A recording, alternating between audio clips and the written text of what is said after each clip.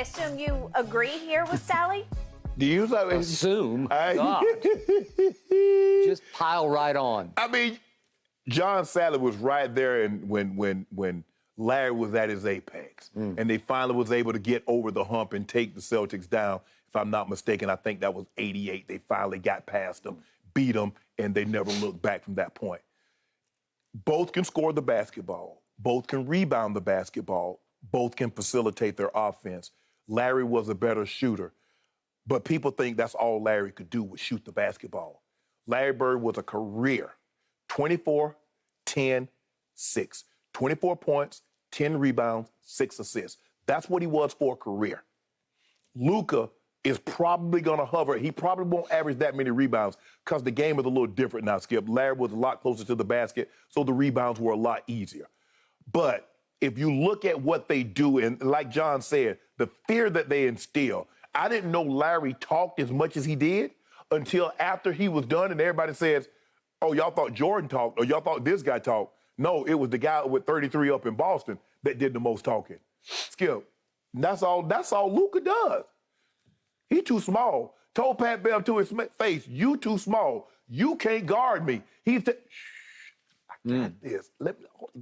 Everybody just calm down. Let Luka handle this. He laughs at his opponents. He does. So, and he's not afraid. Larry was talking. We didn't know he was talking. I mean, probably they had the technology and all the cameras that they got, because Skip, they don't miss anything. They had the camera so close on, that's why guys now, every time they talk to somebody on the court, they cover their mouth. Because you're going to read their lips and what they're saying. So for me, Skip, I see it. Luka is 26, 8.5, and 8 for a career. Bird was 24, 10, and 6 for a career. Bird was an outstanding playmaker.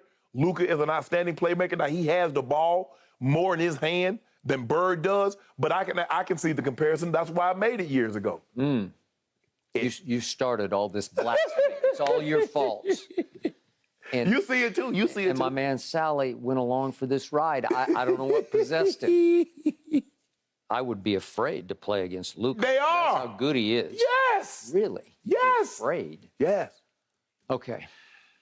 This is so offensive to me. And here we go again. So I have to restate the case of your favorite player growing up, Larry Joe Bird, as a Boston Celtic.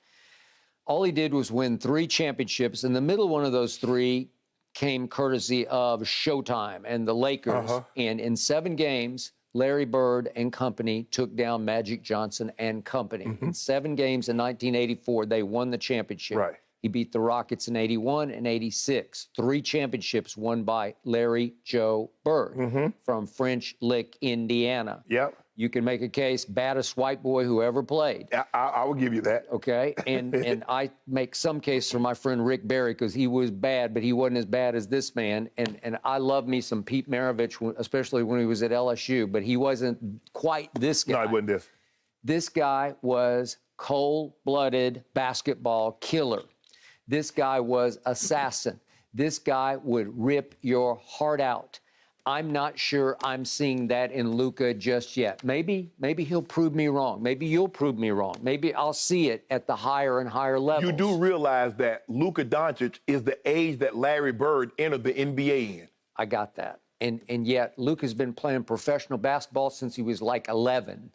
And he came here equipped with skills that a lot of the American-bred white kids just don't have at that stage and age. He had been banging with grown men. Hell, a lot of the black kids ain't got the skills that he possessed. Okay. I'm there. I got it. But I'm going to remind you, Larry Bird dominated professional basketball for 3 straight years for sure because he won back-to-back-to-back MVPs. He won 3 in a row, 84, 85, and 86. This is stuff of legends. And if nothing else, it's won 2 championships in there, too. Okay, well, lost the 3rd to the Lakers in 85. Thank you. And, yeah, if the Lakers weren't in the way, he... Oh, my God. Okay. That's what Magic said. Magic said if the Celtics weren't in the way... Okay, I got it.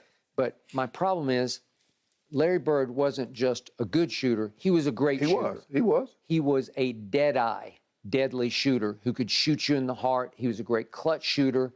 And he was a great free throw shooter. Yeah. They're called free throws because you get to stand there by yourself from 15 feet and make it Yes. if you so dare. Yes. And he was a 90% free throw shooter.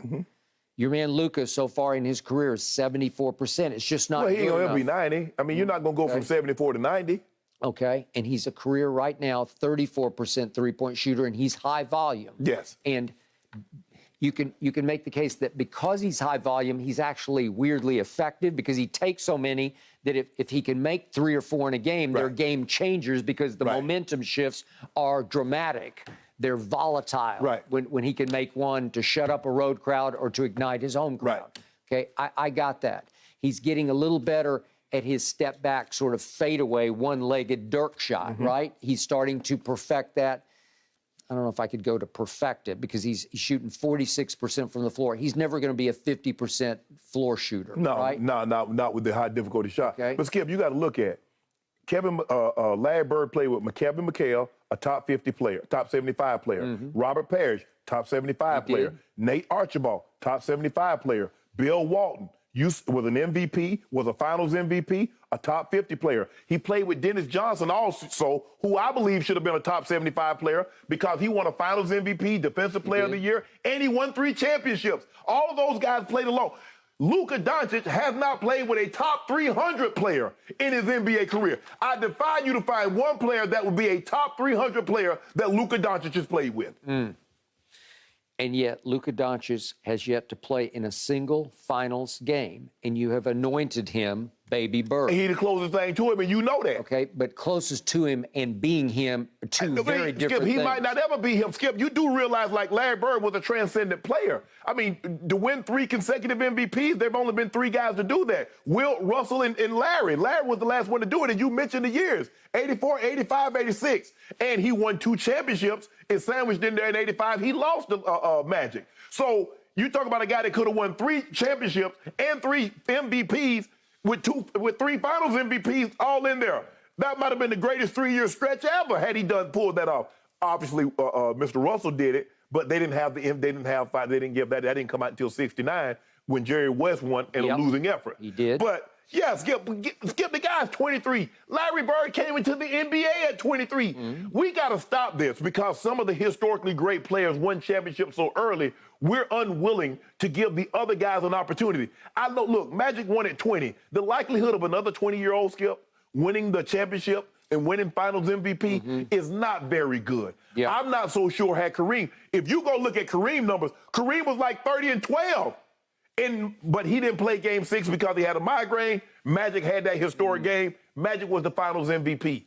So we got to stop this, Skip, that we think that these guys got to come in off with, well, Magic won in his first year. Bird won in his second. Okay, I get that. Okay, but remember, Larry Bird went to Terre Haute, Indiana, because he couldn't stomach Bobby Knight at Indiana. He left. And Larry Bird carried 4 nobodies from nowhere. Oh, yeah. All the way to Salt Lake City and the Final Four and the final game. Yeah. That might have been the greatest. It's hard to say that wasn't the greatest season for a college player because, Skip, guess what? Indiana State was never, ever ranked again. That was 79. We're talking about 40-plus years, and they were never, ever ranked again. And you go back and look at some of these teams that's had, great runs. They've at least been ranked, even if it's just for a week.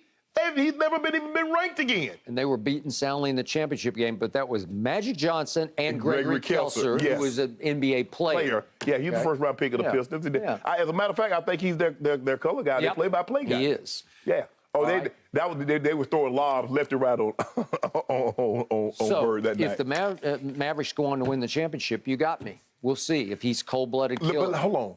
Does he have to win the championship this year, or can he win a championship or 2 at some point in time in his career? I just want to see that cold-blooded killer come out when it really counts. Did you not see it in Game 7? Did you not see it? I did not. You guys I are couldn't on see fire Phoenix. this morning. That's why. And I hate to interrupt. Thank you for watching. You can subscribe here to get the latest from the show, and be sure to check out more of the best clips from Undisputed, or go watch a few other segments from our other shows on FS1.